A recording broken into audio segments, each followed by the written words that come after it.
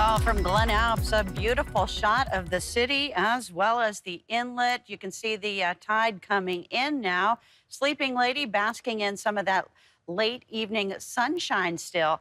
Now, let's get to the fact that there have been so many redpolls, those little songbirds. They got a little red cap on, and there have been so many sightings, and people are saying there seems to be more than usual. Well, there has been a bumper crop of spruce cones, so they're coming out of the forest. They're taking advantage of the food crop. So thank you to Jerry Lee Musgrove for sending that in. Now we'll get to what is going to be happening, some big changes. We've had some pretty pleasant spring weather for the last 24 hours here in the South Central region, but a lot of the state is going to be seeing winter hang on. We have winter weather advisories in advance of this first round. There's going to be 2 storm systems that will be impacting the state as we go through the weekend, with wind gusts blowing snow. Also for the Kuskokwim Delta and northern Bristol Bay, they'll see those winds gusting up to 50 miles per hour. And this winter weather will travel a little farther north toward Nome and the Seward Peninsula. They have a winter storm watch that will call for some snowfall as well as gusty winds, and then snowfall of 6 to maybe more than a foot in the southern end of the Denali Borough. That is a high wind watch that goes along with that for some of those gusts 50 to 60 miles per hour. We'll be seeing those winds pick up, especially as we head into the early morning hours on Friday, Saturday, Friday night into Saturday, when those winds will be out of the southeast. 75-mile-per-hour winds along the inlet and hillside, but even in town, they could be up to 55 miles per hour.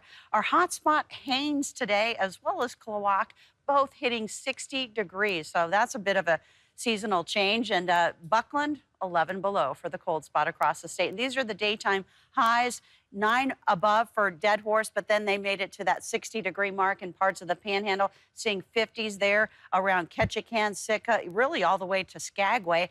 39 for the Anchorage area, above freezing temperatures into the interior and through the South Central region, the 40s, even 50 showing up.